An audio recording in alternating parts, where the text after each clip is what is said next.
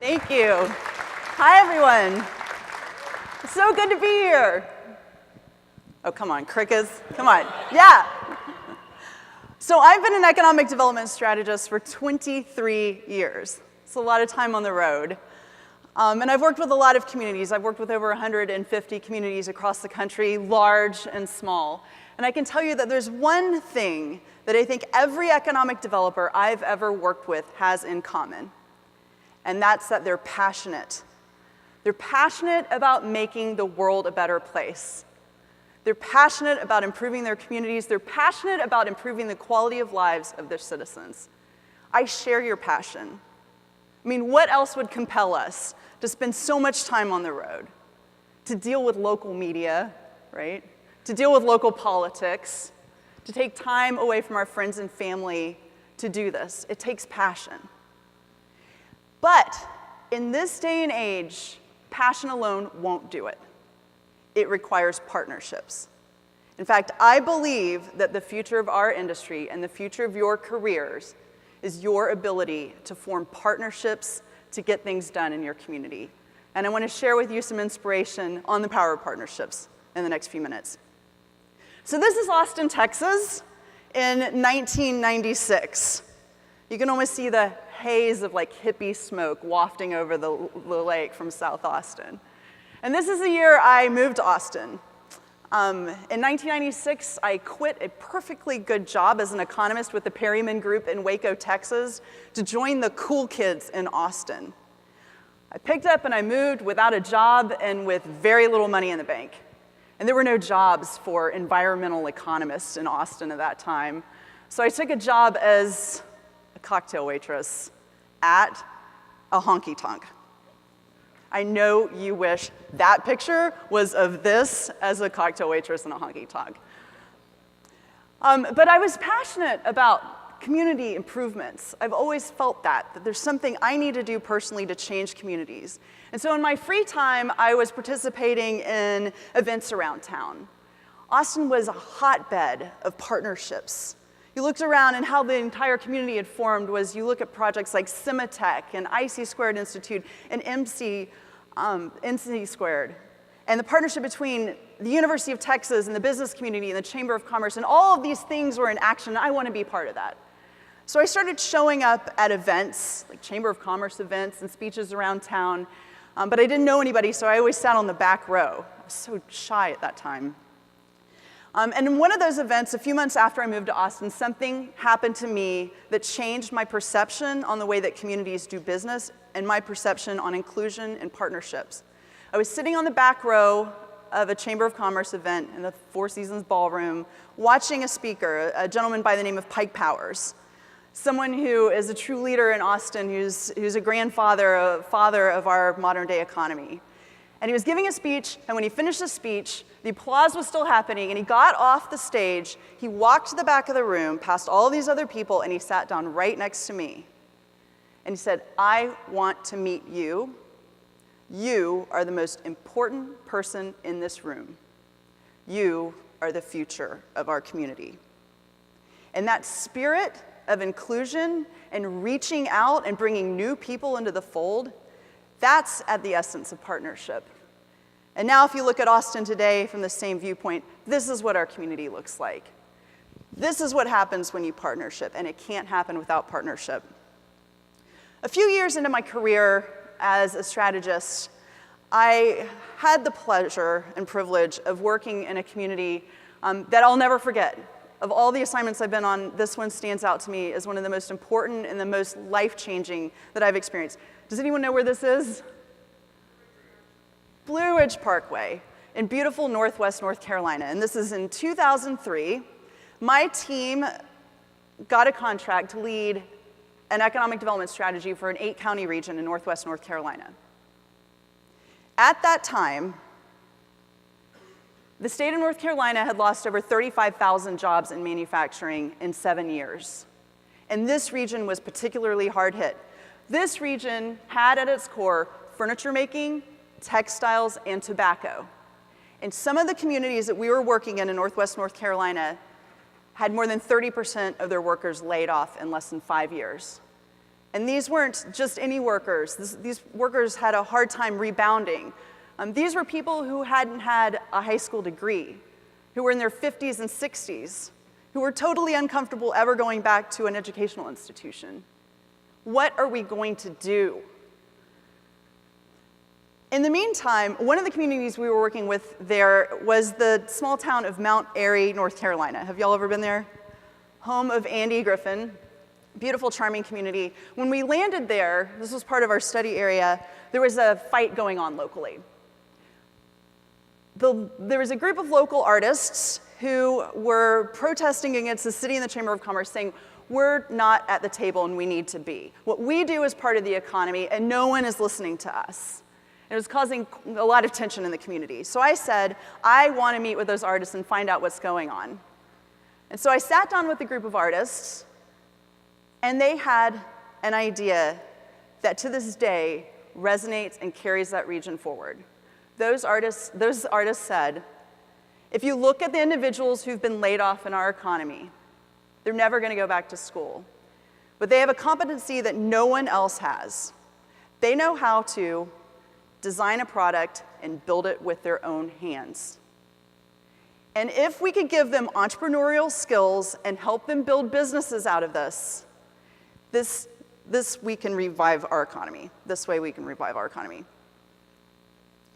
And so this idea resonated, that design and the production of designed products could be at the hub of the economy of Northwest North Carolina. We brought that idea down the mountain into Winston-Salem, where a group of philanthropists, Winston-Salem State University, Forsyth Tech University, and the North Carolina School for the Arts came together and said, we can create an institute unlike anything else in the entire country, a place where designers and artists and engineers and people from all around the community can come together to design and make things in a way that no other community is making things. This is a photo today of the North Carolina Center for Design and Innovation. This is what came out of that strategy. And every year, thousands of people go through this institute to learn design skills and work with artists to put their designs into products. It's absolutely an amazing story. And it shows you the power of partnerships. So today, successful economic development requires a holistic perspective. I think you all would agree with this. You can't have a conversation about economic development today without having a conversation about talent. And the conversations about talent then lead to conversations about quality of life, about affordability, about transportation, about economic inclusion. That's pulling economic developers in all different directions. Traditional metrics are being challenged. Partnerships are the it factor in economic development today, because there are so many different topics at the table that you're wrestling with. You cannot do it alone. You absolutely have to form partnerships in order to affect that change, in order to make a real change in your community, to make your community more sustainable. So partnerships are the it factor in economic development. I want you to think for a minute of a partnership that you have in your community that you did not have 5 years ago. Can you think of one? What sparked that partnership? Why did that partnership form? I see partnerships in our client communities forming in 3 different ways. One way is what I like to say is accidentally on purpose. I love that phrase. It's accidentally on purpose. It's here, but it's kind of an accident that it happened. This is the way most partnerships form. They're here. We're not really sure how it happened. It was kind of an accident, but we're in a partnership with a group. I'm not going to name names, but this to me is a way that a lot of partnerships happen. There's also partnerships that happen out of a sense of crisis or a sense of urgency. How many of you have a partnership that formed because something was happening in your community, like a major employer was going away, or you're in the middle of a recession and you're trying to revive your economy, or sometimes it's because a natural disaster has hit your community and you have to bring people together to bring the community back up on its feet. This is a photograph I took last October, almost a year ago, in Sonoma County, California, a few weeks after wildfires came through that community and destroyed over 6,000 homes. And this was a community that was already hard-pressed to find homes for workers, that was already having affordability challenges. So more than 6,000 homes were burned down by those fires. In the year since then, I've seen the power of partnerships at work in Sonoma County. The city has come together with the county to change design ordinances and permitting process to expedite the building of houses. The construction trades industry has come to the table. Workforce developers have come together to put together a new construction trades training academy, et cetera. So the entire community has rallied around this need to rebuild and rebuild in a stronger way than ever before. The third way that partnerships form are those partnerships that form in a strategic and intentional way. And these are our favorite kinds of partnerships. That we're anticipating something in the future that's coming up, and we know that we need help to put our community in a position that can be competitive when that strategic force comes into play. And I want to share with you my final example, which is the example here in the greater Atlanta metro area. And Eloise is going to be speaking about this in a minute, but I want to give you just a heads up that I think that this is one of the strongest partnerships that's in practice today. In 2017, the Atlanta Regional Commission and many different partners from across the community, over 75 partner organizations, came together to create a strategic plan for the Atlanta metro area, the 11-county metro. But as they were going through the planning process, they realized very quickly that the community did not want a traditional economic development plan. It wanted a plan that was people-focused, not business-focused. They wanted a plan that made sure that everyone in the entire region had the opportunity to participate in the economy. The goal of the strategy, called Catalyst, is economic mobility for all.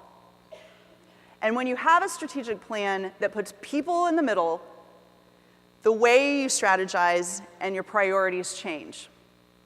So the economic development strategy for the Atlanta Metro focuses on human health and housing, workforce development, job creation, making sure that everyone has an opportunity to participate in the economy. The Catalyst strategy is a prime example today of the way that communities need to be thinking about economic development and maximizing partnerships from around their community to advance their economy. So what sparked your partnerships? Was it accidentally on purpose? Was it out of urgency? Was it strategic and intentional? And how can we make our partnerships in the future more strategic and more intentional? What do we need to do today to form more powerful partnerships to prepare our community for the future? I give you a word of advice before I conclude, and that's that for any partnership to succeed, you have to enter the partnership with humility. You have to set your ego aside to work with others. This is my favorite cartoon. When I was growing up, every time I had a band competition or a tennis tournament or a test or anything that was kind of stressful to me, my mother put a photocopy of this cartoon in my lunchbox. It was a reminder to me that no matter how cool or gifted I thought I was, I needed to enter every situation with humility. That there were going to be times when I pushed instead of pulled. And we all have that. So as you're entering partnerships, remember to do so with humility. Remember this cartoon. It always makes me laugh. And I want to leave you with a charge for Monday morning. So throughout this week, and in all the great conversations that you've been hearing here at this conference, think about the most pressing challenge that your community faces today. What is that challenge? How is your organization involved in that challenge? Who is involved in that challenge? Who can really affect change? And on Monday morning, promise you'll all do this for me, on Monday morning, pick up the phone and call that person or that organization that you may or may not even have a relationship with now. Tell them that you want to partner with them. Tell them how what they're doing relates to economic development and that you're in it with them. And that together you can tackle this challenge and move your economy forward by leaps and bounds. It takes partnerships today. Thank you very much.